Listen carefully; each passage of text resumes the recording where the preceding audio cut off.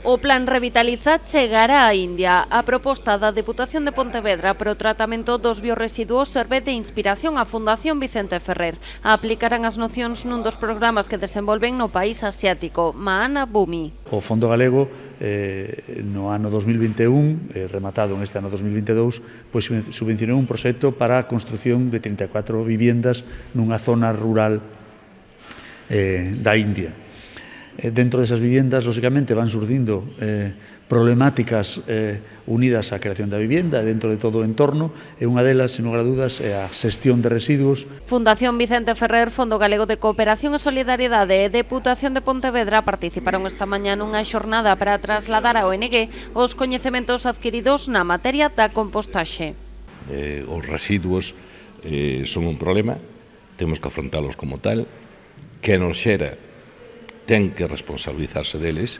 Casi todos os residuos, casi todas as fraccións de residuos recollidas separadas ou separadas en orixen ou como sexa, son un recurso, e os residuos misturados, metidos todos a estrondo, son un problemón monumental que non ten solución.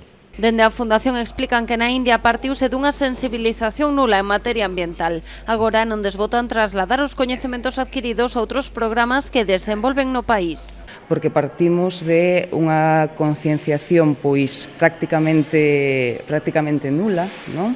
E de un sitio onde non hai apenas infraestructura, que o que se fai cos residuos normalmente pois é queimalos, non? Ver como nos adaptamos para solucionar este problema que é global, que é de todos, de unha maneira local, cos recursos que temos en cada lugar, non? O proxecto Mahana Bhumi na India está financiado polo Fondo Galego de Cooperación, ao que pertencen un cento de entidades municipais de toda Galicia.